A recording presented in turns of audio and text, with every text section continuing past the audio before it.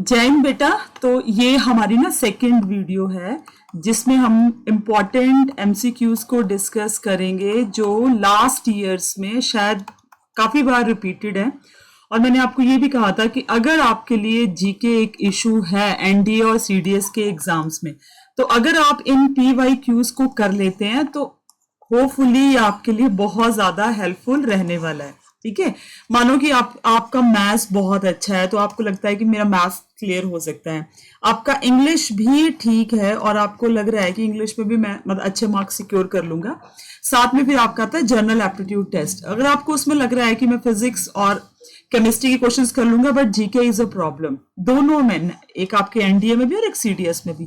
तो ये जितने भी क्वेश्चंस हैं ये सारे इंपॉर्टेंट क्वेश्चंस हैं जो काफी बार डिफरेंट कॉम्पिटिटिव एग्जाम्स में रिपीट हुए हैं और उनके बार बार मतलब आने की जो पॉसिबिलिटी है ना वो बहुत ज्यादा है।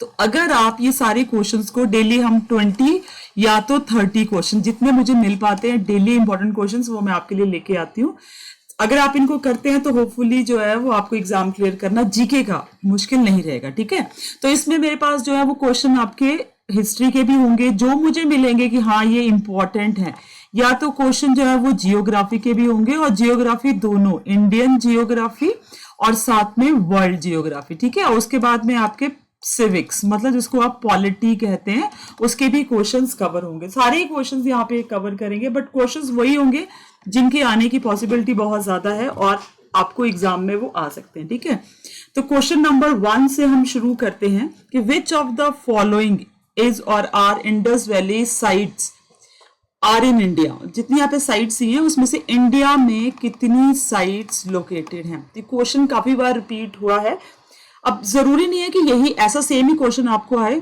एक बात यहाँ पे बता देती हूँ कि साइट्स वाले जो क्वेश्चंस होते हैं एंशिएंट हिस्ट्री में इंडस वैली के, वो जरूर आप एक बार स्टडी कर लेना कि कौन सी साइट जो है वो कहाँ पे, कौन से प्लेस पे लोकेटेड है। ठीक है ना, फ्रीक्वेंटली क्वेश्चंस रिपीट हो सकते हैं। ठीक है बेटा, तो क्वेश्चन देखते हैं हम यहाँ पे। सबसे पहले आपकी जो साइट है दैट इज रंगपुर। ठीक है, दूसरी साइट है दैट इज बानवली। मैं आपको बता देती हूँ कि जो रंगपुर है, मैं आपको आंसर बता देती हूँ कि ये आपकी गुजरात में लाई करती है। जो बानवली साइट है दैट इज इन हरियाणा। ठीक है ना, उसके बाद है सुतका गोंडोल, तो ये आपका ऐसी साइट है जो कहाँ पे लाई कर रही है, पाकिस्तान में लाई करती है। ठीक है, और उसके बाद आलमगीरपुर है, दिस इज इन यूपी। तो आप देख सकते हो यहाँ पे कि 1, 2 एंड 4 ऑप्शन सी जो है वो आपका बिल्कुल करेक्ट है। ठीक है, तो यहाँ पे आप देख लो कि ये सुतकान गंदौर, बस चलो नाम थोड़ा सा अजीब सा है, ये यहीं पे है, बाकी ये हरियाणा में आपका। ठीक है ना, फिर हमने एक जो था यहाँ पे रंगपुर देखा और यहाँ पे आलमगीरपुर जो है दैट इज इन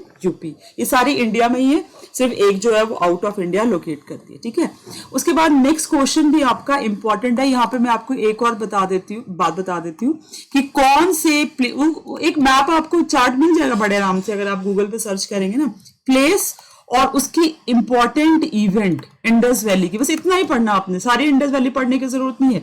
कौन से प्लेस पे कौन सी ऐसी चीज, जैसे मान लो वहां पे कोई आपका हार्बर था, पोर्ट था, या वहां पे ग्रेट बाथ थे, ग्रेनरी थी, या पे हॉर्स के कुछ मिला, हाई वो राइस हस्क मिला, इस तरह की चीजें जो ना एक आपको चार्ट मिलता है बना बनाया, बहुत सारी साइट्स है गूगल पे जो देती हैं, उनको आपने एक बार देख लेना। ठीक है, तो यहाँ पे इसको एक बार स्टडी करते हैं और जो देखो आपने इसको मैच करना है आपस में। तो प्रैक्टिस ऑफ फायर कल्ट किस प्लेस के साथ है, तो आपने उसको देखना है कि उसके बाद है lower town fortified great bath granary and ship building.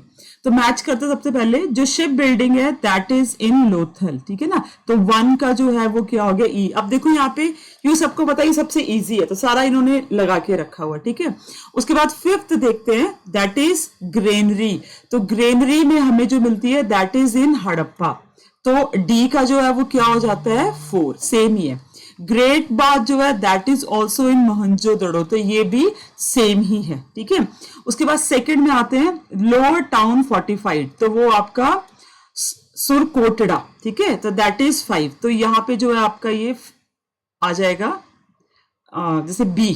ठीक है ना, दैट इज सुरकोटड़ा आपका यहाँ पे आ जाएगा। और उसके बाद आपका सिर्फ एक बचा that is fire cult, that is in Kalibangan. तो आपका जो ऑप्शन सही आना है यहाँ पे, दैट इज ऑप्शन सी आपका बिल्कुल सही बन रहा है। अगर मैंने ठीक लगाया ना तो ऑप्शन सी जो है आपका बिल्कुल करेक्ट है। उसके बाद नेक्स्ट देखते हैं अबाउट द वैदिक लिटरेचर थीम्स। बहुत इंपॉर्टेंट क्वेश्चन है, मैंने बहुत सारे एनडीए के भी पेपर देखे, इवन आईएएस के एग्जाम्स प्रीवियस के, सीडीएस के देखे, आईएफएस के देखे, ठीक है ना, और इवन आपके एयरफोर्स के जो एग्जाम्स होते हैं, ये क्वेश्चंस बहुत बार रिपीट हुए। तो इस साइड पे आपका वैदिक लिटरेचर और इस साइड पे आपकी उसकी थीम है, लगा पता कि कौन सी थीम के साथ कौन सा लोकेट करता है। तो सबसे पहले इसको आप यहाँ पे देखेंगे, तो सबसे पहले आप देखेंगे यहाँ पे दैट इज समहितास, मतलब समहिता जो है वो किससे रिलेटेड है, दैट इज ऑप्शन यहाँ पे इसका 4 है। तो ए का क्या होगा 4, collection of hymns, prayers and sacrificial formulas etcetera, ठीक है।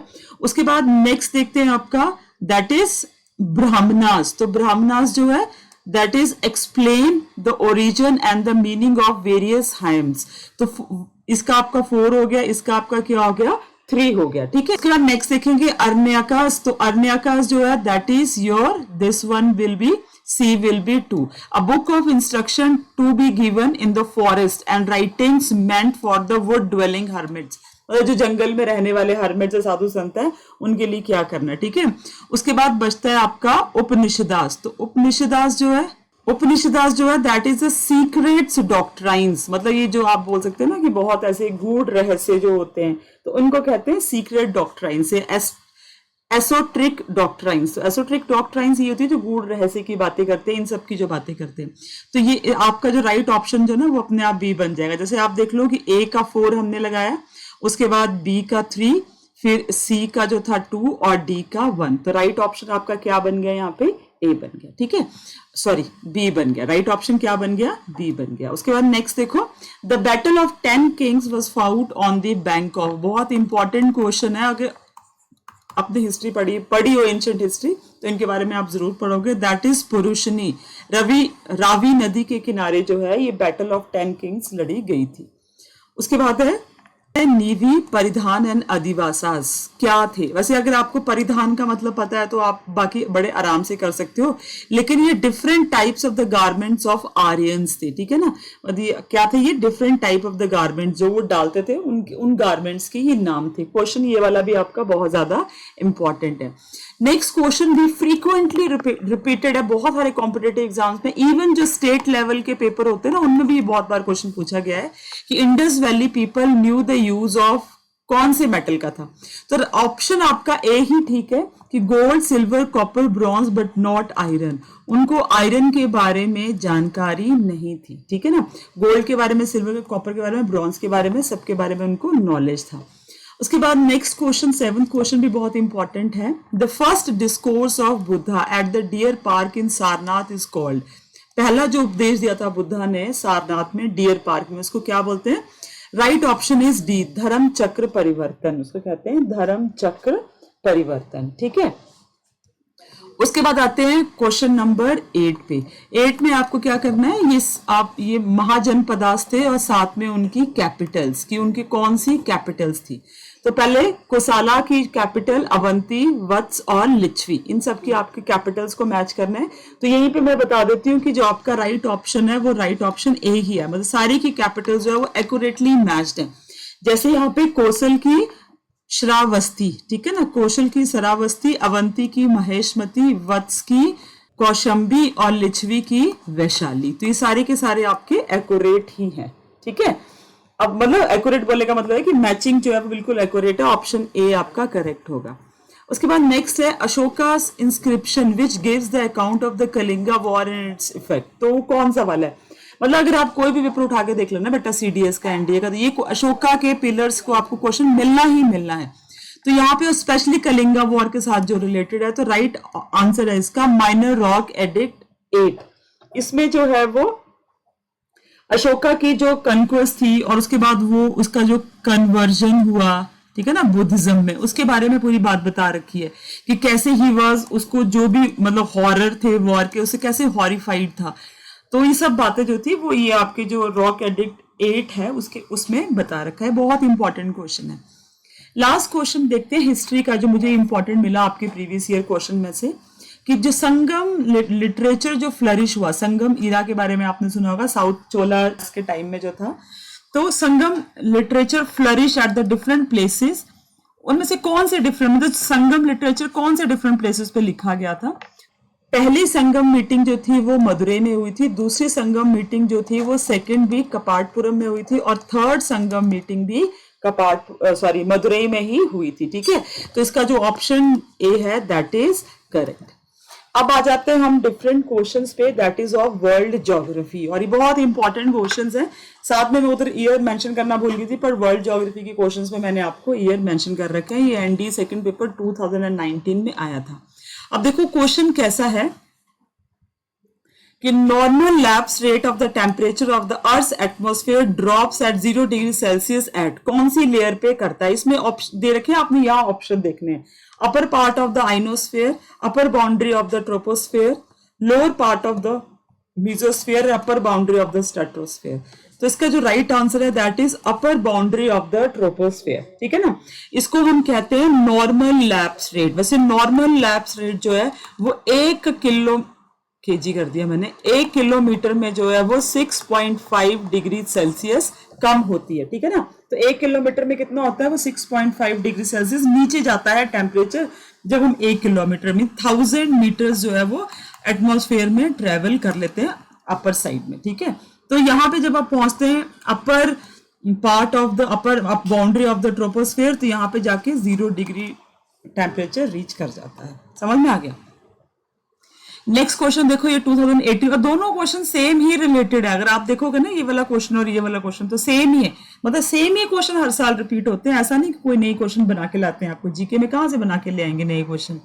विच one of the following statements about the temperature is correct? The temperature decreases with the heights in stratosphere नहीं है। ठीक है, स्ट्रेटोस्फेयर देखो यहाँ पे सेकेंड लेयर है ना स्ट्रेटोस्फेयर, तो फर्स्ट में डिक्रीज होगा, सेकंड में इंक्रीज होगा। ठीक है, उसके बाद आपने नेक्स्ट देखना the temperature is constant eight the different Heights, ऐसा भी नहीं है, कांस्टेंट भी नहीं होता।